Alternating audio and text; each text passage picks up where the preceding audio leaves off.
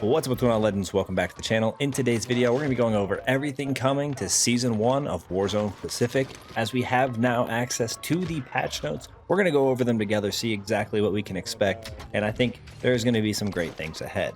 Before we jump into the rest of the video here, if you guys do enjoy this content anytime or find this video helpful in any way, make sure you show your support for the channel by going down below and smashing that like button. Go ahead and throw a goal of 50 likes on today's video, as well as if you guys would like to find your way back to the channel for more Call of Duty content, make sure you guys do hit that subscribe button, also that notification bell so we don't miss you in future videos. The first things first, when we're talking about Season 1 for Warzone, we're going to be talking Ricochet Anti-Cheat. So it's already live on the server side with updates and other backend elements for combating cheating. However, the actual kernel level PC driver will not be rolling out until probably over the next few days. It doesn't really say specifically, but it is starting in the Asia Pacific region. So at least it sounds like we won't be starting over here in the US with that actually implemented. Our first week of the playlist for this is going to have Vanguard Royale, solos, duos, trios, and quads, Vanguard Resurgence quads, Battle Royale quads, and Plunder trios. And it looks like they have already teased that Week 2, Rebirth Island will return. Of course, with an all-new season, we get access to an all-new battle pass with 100 tiers, with obviously rewards along the entire way. We know we're going to be getting access to 2 new weapons, which I'm sure we're going to be covering somewhere down below here as we get through this. So for modes, we're going to have Vanguard Royale, which obviously this is going to be the Battle Royale mode, only allowing you to use Vanguard weapons. Vanguard weapons will only be on the ground as well. Pretty much just a limited mode, playing this with just Vanguard only content. Now this of course is going to add dogfighting planes and anti-air combat for Vanguard experience, of course, and the new environmental hazards. The larger initial circle, the radii and times for circle collapses have been rebalanced to accommodate dogfighting further into the mid-late game. The overall game length remains the same as a battle royale. The public events have now been structured differently. Circle 1, weapon crates or cash drops. Circle 2, you're allowed to have loadout drops. Of course, Circle 3, you get a fire sale. Circle 4, weapon crates or cash drops have high probability. Resurgence or jailbreak or loadout drops, low probability. Circle 5, restock. Circle 6, loadout drops. Circle 7 and 8, the public events conclude and you're stuck on your own. Buy stations in Vanguard Royale, loadout markers will be available for purchase after the loadout drop public event. UAVs will not be available from buy stations in this mode, but can be acquired as contract rewards. A very interesting change or twist, I should say, on our typical VR experience we've had in Warzone. We of course get Vanguard Resurgence, but thanks to our friends at Bnox, the beloved Resurgence gameplay experience drops into the Pacific. This mode is tailored to a selection of hand-picked POIs on the new Caldera map with a max player count of 48. This mode will follow the same traditional rule set as the Vanguard Royale, allowing you to only use content from that mode. We of course are going to get the traditional Battle Royale, which we all know and love. Plunder, for those of you that love Plunder, it of course returns. We're getting an all-new map. At this point, we know Caldera is where we will call home, and it has plenty of new regions for us to explore. We get access to an all-new gulag, and we can expect, as we said before, Rebirth Island to return in Week 2. Kind of interested to see what kind of changes they might do. Hopefully they do something to kind of renew that map, because personally I love playing Rebirth, and I would love to see them kind of renew it for this new cycle we have with Pacific. Obviously with Warzone Pacific, we have so much new content coming in with over 40 new weapons, dozen new operators, new prestige, calling cards, emblem, and more. For the gameplay, of course, we have new vehicles, which include fighter plane, utility truck, and squad transport, new contracts. One is called Top Secret, Big Game Hunter, time to hunt down an enemy operator with an impressive elimination count, assuming you're confident enough to risk it. Sounds like it hunts the guy that has the most kills in the lobby, so that should be interesting. Supply drop, a valuable supply drop will drop into the map that only your squad has the coordinates to, but be careful, other teams can see the green smoke and try to steal it. New public events, we're going to have, of course, the restock. We have Resurgence, cash drop, and heavy weapons crate.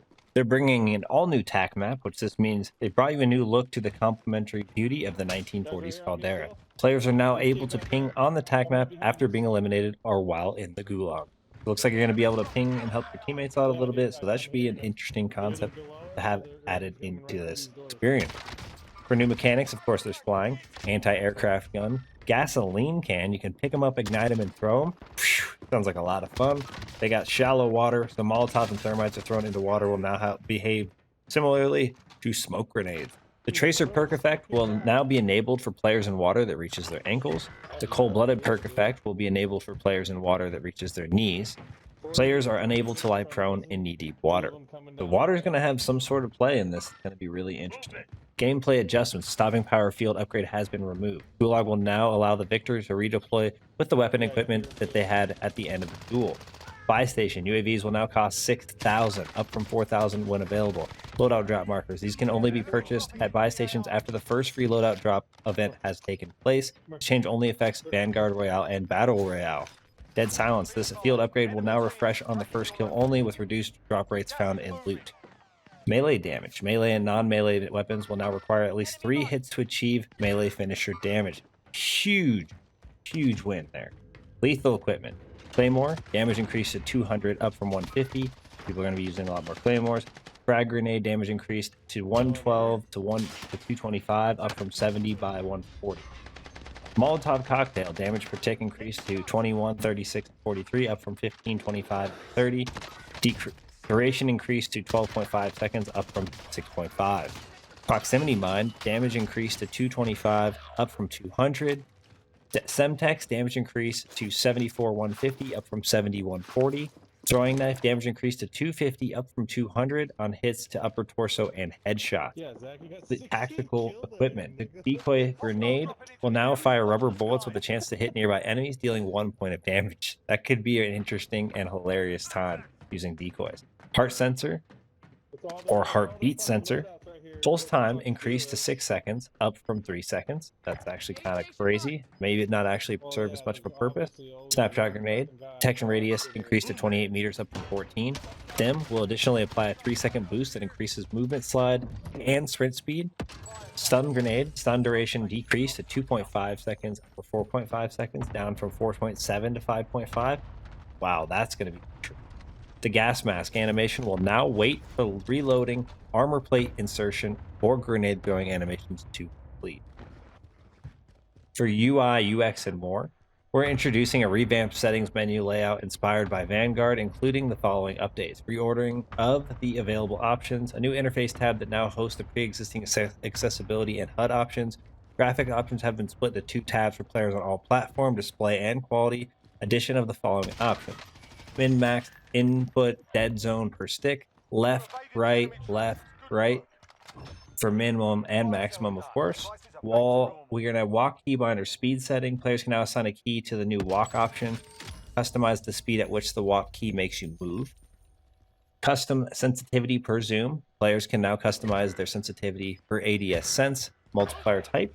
All right, so now we're going to jump into all the weapons that are going to be jumping in to Warzone at launch.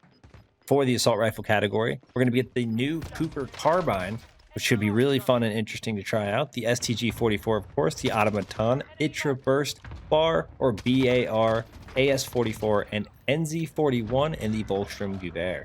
And that's going to do it for the assault rifles. For the handguns, we have the 1911 Klauser machine pistol, Rat, and Top Break. For our launchers, we have the M1 Bazooka, MK11 launcher, Panzerfaust, and the Panzer Shrek. Light machine guns, we have the DP-27, MG-42, Type 11, and of course the Bren. For melee, we have the Combat Shield, the FS Fighting Knife, and the Sawtooth. For the shotguns, we have the Combat Shotgun, the Double Barrel, Einhorn Revolving, and the Gracie Auto. For snipers, we have the 3-line rifle, the Gorenko Anti-Tank Rifle, which is going to be new, the Kar-98, and the Type 99. For the submachine guns, we have the MP40, the Sten, the 1928 or the Tommy gun, the Owen gun, and the Type 100, alongside the PPSH-41. For the tactical rifles, we have the G43, the M1 Grand, and the SVT-40. Now, later in the season, looks like they're going to be adding a melee weapon, which will be the Katana. We're going to get new unlock challenge missions for last season's weapons for Cold War, the Grav, and the Ironhide. For the Grav, using assault rifles, kill 3 enemies who are at lower elevation in 15 different completed matches. For the 410 Ironhide shotgun, using shotguns, get 2 point-blank kills in 15 different completed matches. Now we're going to jump into some weapon adjustments. For melee, the ballistic knife, melee damage decreased to 90, down from 135. The Battle Axe, damage decreased to 135 down from 175. The Cane, damage decreased to 135 down from 150. The Cali Stick, damage decreased to 65 down from 90. Lunge distance decreased by 7.7%. Melee Finisher now requires 4 hits, up from 2. Note, these changes also affect MW multiplayer.